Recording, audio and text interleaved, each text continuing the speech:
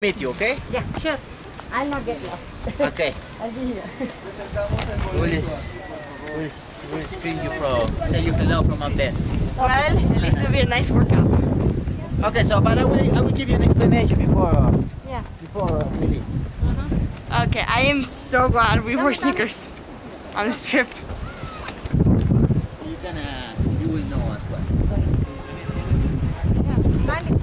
We're going this way? No, he's telling about history. I will give you an explanation about this place and then we go. Okay. Because your mom is going to stay here. Okay. Okay, so we are here in Ollantaytambo, most common place known as the fortress of Ollantaytambo. But you must know that in Incan times there was not the idea of fortresses. There was a temple to the sun. So the idea of fortress is because in here in Ollantaytambo took place the second fight against Incas and conquistadors. So, and the Incas used this place as the fortress. After they fight in Cusco, there was the first fight. The Incas has to escape, and they lost actually that fight, the Incas. And they had to escape, they moved to Yucay, where was just hotel. And then the conquistadors take 2 years to arrive to this place. So the Incas the Yucay was not very good place for protection.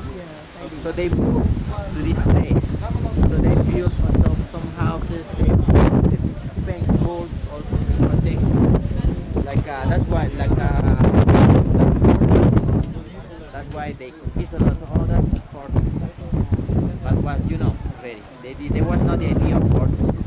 Even the Incas were very warrior people because they were any civilization in a way. So talking about this place is called the name of two Ollanta and Tambo. Ollanta was the king, the Inca that we saw in the plaza I showed you from the car. And Tambo is a lodging place. It's a place for resting. It's a place where travelers can find food, clothes, a place to stay at night.